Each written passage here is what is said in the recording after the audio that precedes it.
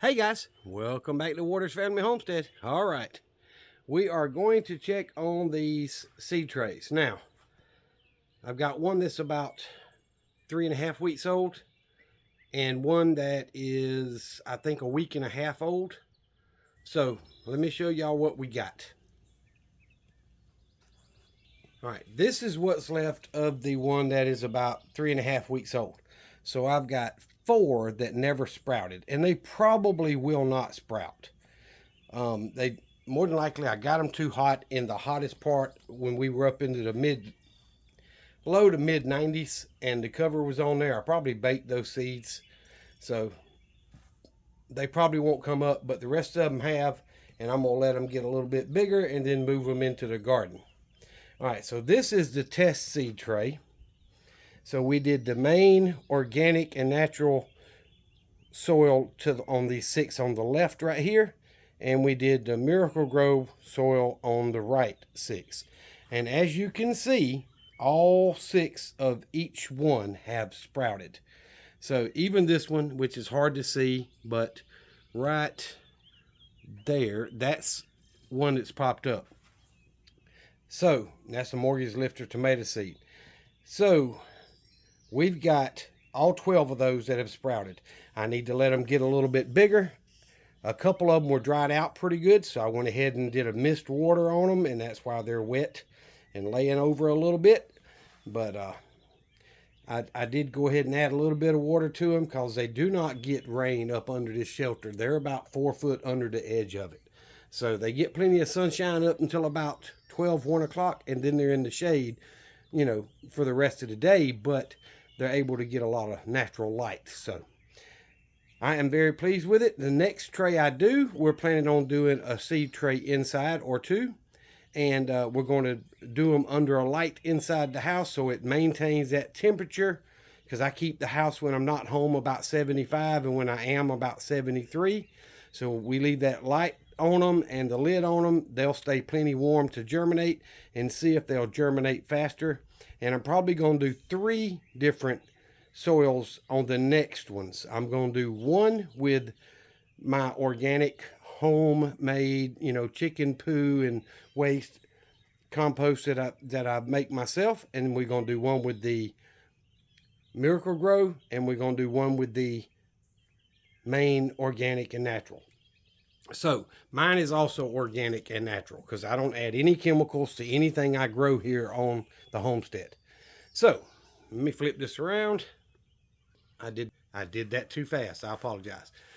All right, so there's one of my new baskets for gathering food out of the garden, fruits and all that stuff. You see I got 3 zucchini today and 1, 2, 3, 4, 5, 6, 7, 8 squash. There's a lot more small squash out there and a few more zucchinis, but I've got a bunch more zucchini in the house than I do out here. So show y'all what I did. I zip tied these 2 handles together. All right, so smart me, that's sarcasm. I used this basket and went into the chicken pens and filled their feeders up because I did have to buy more layer pellets, and I filled their feeders up, went in there and collected the eggs in this basket when I was trying to tote the bucket of feed as well. And I was trying to hold both handles, and I ended up dropping one handle and broke 3 or 4 eggs. So I picked it up, threw the busted eggs out there for the chickens to eat because they will eat them quick. And then I was trying to get out the chicken pen door, and boom, did the same thing, dropped one handle and broke 3 more eggs. So I broke 6 eggs today. So I got inside with those eggs and I said, okay, that's not going to happen again. I'm going to zip tie these handles together so if they don't turn loose or my hands don't turn loose. I do have grip issues sometimes. So I just avoid that. And that's the small of the 2 baskets. I was surprised. The other ones are much, much bigger. So when the garden is bigger, I'm turning y'all around. When the garden is bigger and the greenhouse is done and all the other raised beds are done, yes, I'm probably going to need that bigger basket. But I tell you what, I don't know if my grandkids are strong enough to tote it if it was full. Because I have filled up several of my small baskets in one day before. So it definitely could easily fill up a much bigger basket, such as this one. if or the next one's I think twice this size. So I could fill it up if I had a lot more raised beds and more stuff planted. So like corn takes up a lot of space and so on. So anywho, the tomato plants are finally starting to do well. It's got blooms on several of them. That one's got blooms. This one's got blooms. I think this one does. Let me look. No, I don't see actual blooms on this one, but it won't be. Yeah, I do. There's a bloom on it.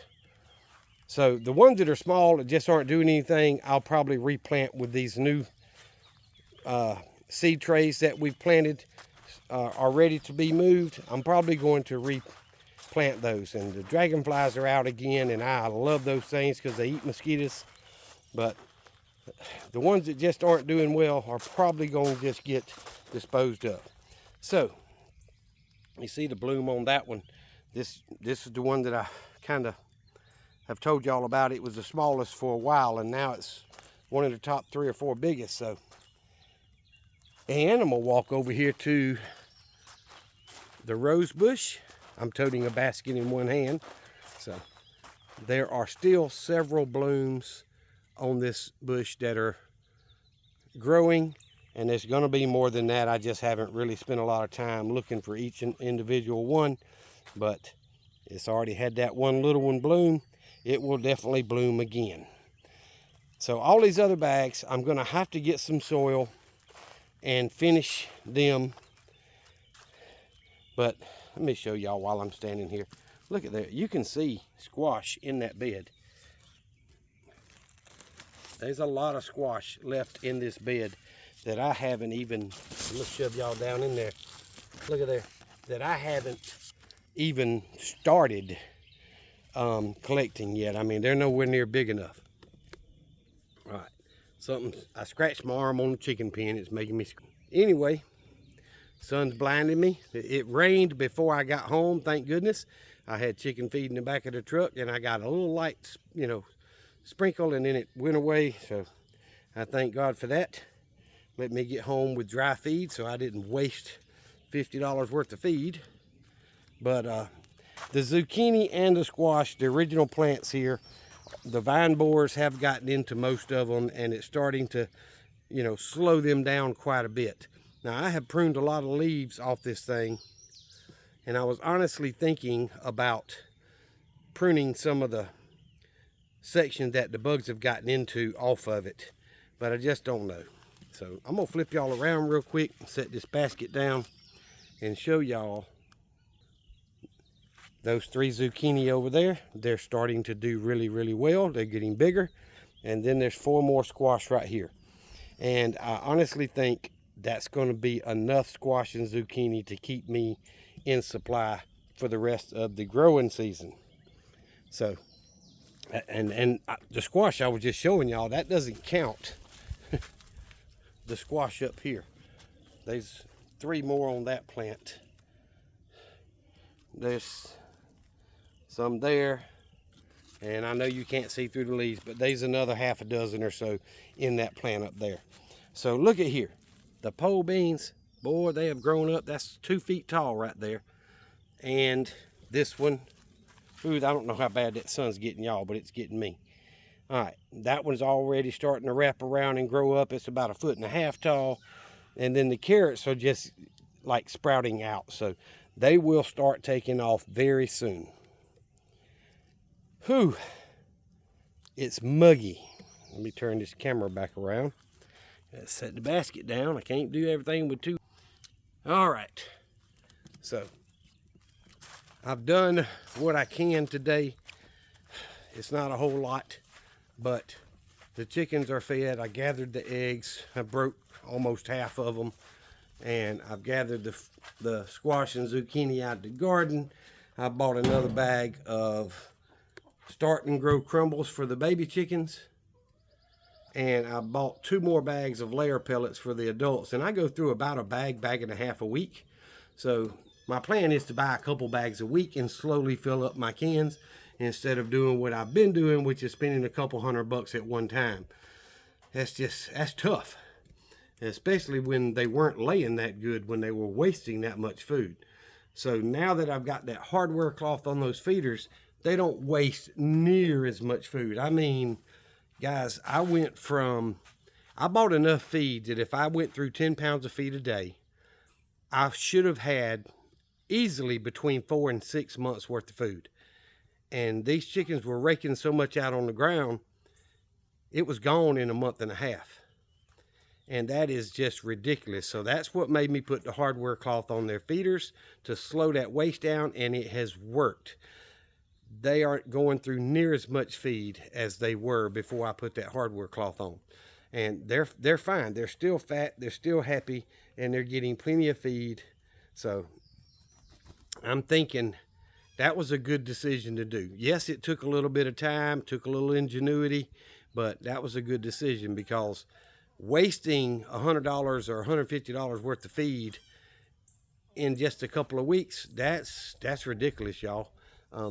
Now with that hardware cloth on there, like I say, I'm going through about 50 to 75 pounds a week. And y'all, I went through 16 bags, which is 800 pounds in 6 weeks. They were using way over 100 pounds a week, and it was mostly on the ground. And yes, chickens will eat it off the ground, but if they put too much on there, it's just going to sit there and get, you know, pooped on and stepped on and rained on and everything else, and it's just waste. So if you're going to raise your own chickens, you definitely need to control the waste. They're not going to starve. They're going to eat, and they can get to that food, but they're not able to rake it out of those feeders anymore. Now, those of you that have time every morning and every evening could go out there and throw them feed and then let them scratch all day for what they want and then feed them again in the evening. There's nothing wrong with that. That's plenty of food for them. But I don't have that kind of time. And, you know, I leave way early in the morning. Certain times of the year, I leave before they even get off the roost. So that just doesn't work for me. I'd rather have a 10-pound feeder like I've got in each one of my pens that has got feed in it all the time. They can eat all they want. So I've got a few blueberries. I looked at them the other day. Turn this thing around. I got a few blueberries on the bush there that are starting to plump up and turn blue, but the majority of them have not yet. And that's mainly because they're getting too much water. These, let me flip this camera around and see if y'all can tell. Look at that. Do you see the green leaves right here? There's some green leaves on there, but there's a lot more yellow leaves. And the same way on the bigger bush, if I get up close, you'll see there's a lot of green, but there's a lot more yellow. And it's because we've had 6.5 inches, according to my rain gauge, in a week and a half of rain. And that is way, way, way too much rain for these fruit trees and blueberry bushes and all of that. It's just, that's unreal, y'all. And I had a friend send me some bags that you can tie over fruit such as peaches and let the peach grow without the insects being able to get to them and eat them up. But guys, by the time my friend sent me those, I come out here and looked, and just about every peach up there had spots on it where the insect had already gotten the fruit. And it's just, it wasn't worth coming out here trying to bag them and save them when they were already, you know, messed with it. So I'm going to prune this tree back some this year again. All this new growth right here is new growth this year.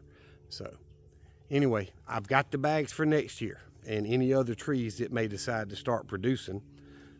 I've had this nectarine tree right here. I actually had two. One of them didn't make it. I thought it was going to make it, and my son ran over it with the lawnmower. So that's the only one that's left, and it's had blooms on it this year, and the chickens love to jump up and eat the leaves off of it for whatever reason, more than they do the peach trees. But I've never gotten any nectarines off of it, so it's just decoration as far as I'm concerned. You see the scuppling vines loaded. So it's been a very, very wet month of May. Now we are in early June. Let me turn this around.